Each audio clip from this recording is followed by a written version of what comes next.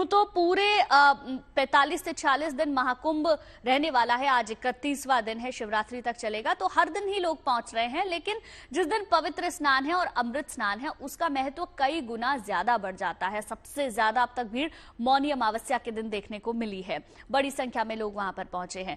अच्छा अरविंद जी, इतनी बड़ी गैदरिंग, इतनी बड़ी संख्या, और वहां जब लोगों को हम देखते हैं तो घाट पर वो स्नान करते हैं, और मैंने कई लोगों को वहां ध्यान लगाते हुए देखा। वहां उन्होंने एक अपने पॉलिथीन जैसा कुछ लगाया, मतलब अपने बैठने के लिए आसन की तरह कुछ लगाया, और ध्यान में वो बैठे हुए हैं आंख बंद करके स्नान करने के बाद। वहां लोगों की आवाज भी है, लोग गुजर रहे हैं, जा रहे हैं, लेकिन इससे लोगों को फर्क नहीं पड़ रहा है। वो ध्यान में डूबना चाहते हैं। ये वहां आपको रोड पर बैठे हुए लोग भी इस तरीके से नजर आ जाएंगे। ये क्या बताता है? जी जी जी बड़ा बढ़िया आपने पूछा।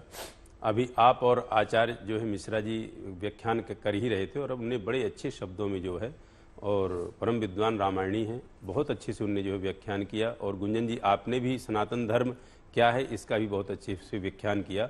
उसी में कुछ चीज़ों को जोड़ते हुए मैं कहना चाह रहा हूँ कि देखिए, इतनी ज़्यादा भीड़ है, डेली करोड़ों की संख्या में लोग नहा रहे हैं, लाखों की नहीं करोड़ों करोड़ों की संख्या में नहा रहे हैं।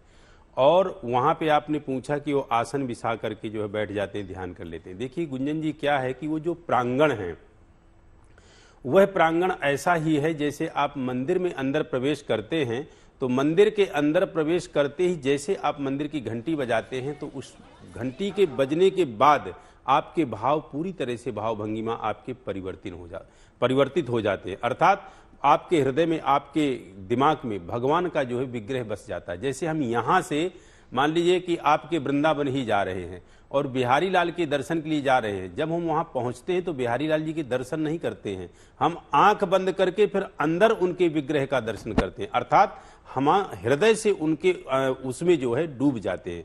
उसी प्रकार गंगा जी में देखिए, बड़े आश्चर्य की बात है, और ये आधुनिक विज्ञान इसको सोचे और उसको सोचने में मजबूर होना पड़ेगा। ये सनातन धर्म के विषय में, सनातन धर्म के प्रति देखिए, करोड़ों की वहां संख्या है, कोई दूरियां नहीं है, सब वहां स्नान कर रहे हैं, किसी प्रकार का सैनिटाइजर नहीं है, कोई मास्क नहीं है, किसी भी प्रकार की कोई जाति का नहीं है कि कौन ब्राह्मण है, कौन क्षत्रिय है, कौन शूद्र है, कौन वैश्य है, किसी भी प्रकार का देश का नहीं है।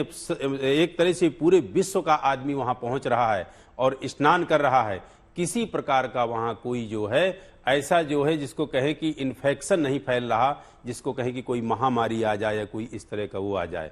तो ये जो वहां पे स्थिति है, इसके लिए एक आधुनिक वैज्ञान सोचे। यही वो सनातन धर्म है जिसके विषय में कहते हैं कि धर्मो रक्षति रक्षिता।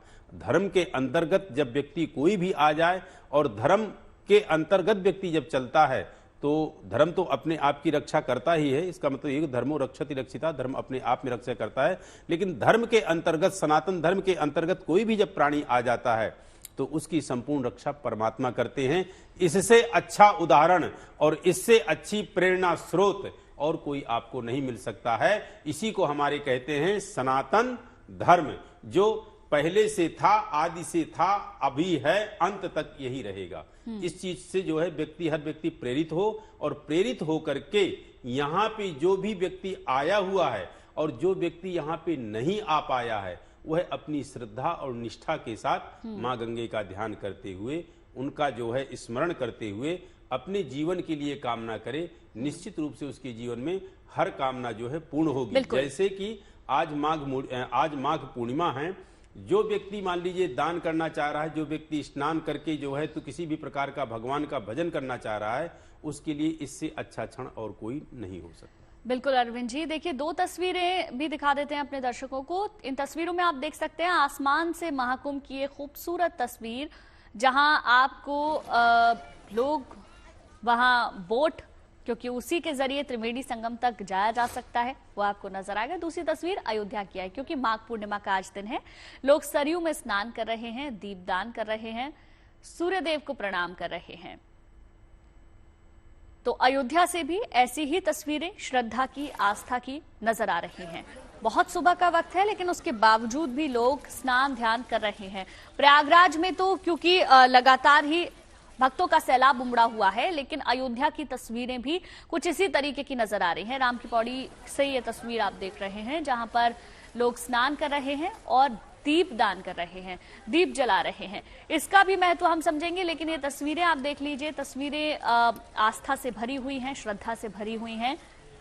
दूर दूर से आने वाले लोग हैं जो पहले प्रयागराज जा रहे हैं और फिर चाहते हैं कि अगर वो प्रयागराज आए हैं तो वो रामलला के भी दर्शन कर लें। अपने भव्य दिव्य मंदिर में रामलला विराजमान है, एक बार उनके भी दर्शन हो जाएं। साथ ही साथ बनारस का भी लोग रुक कर रहे हैं। 3 तस्वीरें इस वक्त आप देख रहे हैं। देखिए, पहली जो तस्वीर है प्रयागराज की टॉप एंगल से ली गई ड्रोन तस्वीरें हैं, जिसमें आपको पूरे मेला क्षेत्र की झलक नजर आएगी।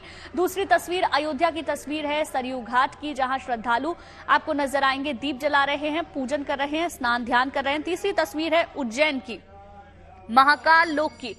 महाकाल का महाअभिषेक यहां पर किया गया है। भस्म आरती के बाद विशेष पूजा की गई है, क्योंकि आज माघी पूर्णिमा का दिन है। आज कई शुभ संयोग बन रहे हैं, दुर्लभ संयोग बन रहे हैं, इसीलिए लोग जो प्रयागराज गए हैं वहां पर स्नान ध्यान कर रहे हैं। लेकिन जो लोग नहीं जा पाए हैं, अगर वो किसी ऐसी जगह पर रहते हैं जहां गंगा यमुना नजदीक है, तो वहां पर स्नान कर रहे हैं, पास के मंदिरों में जा रहे हैं, पूजन कर रहे हैं। और उज्जैन की तस्वीरें, विशेष श्रृंगार यहां पर बाबा महाकाल का किया गया है। महाअभिषेक की ये अद्भुत तस्वीरें हम आपको दिखा रहे हैं। ये तीनों तस्वीर बताती हैं कि किस तरीके से आस्था यहां सबसे ऊपर नजर आती है। पूरे देश भर से आने वाले श्रद्धालु, चाहे वो किसी भी जगह से क्यों ना आते हों, किसी भी कल्चर को क्यों ना मानते हों, लेकिन जब बात धर्म और आस्था की होती है तो एकजुट हो जाते हैं, एक साथ आ जाते हैं। इसीलिए आस्था का संगम हर जगह पर नजर आता है। ये 3 तस्वीरें लगातार हम आपको दिखा रहे हैं, प्रयागराज, अयोध्या और उज्जैन की तस्वीरें।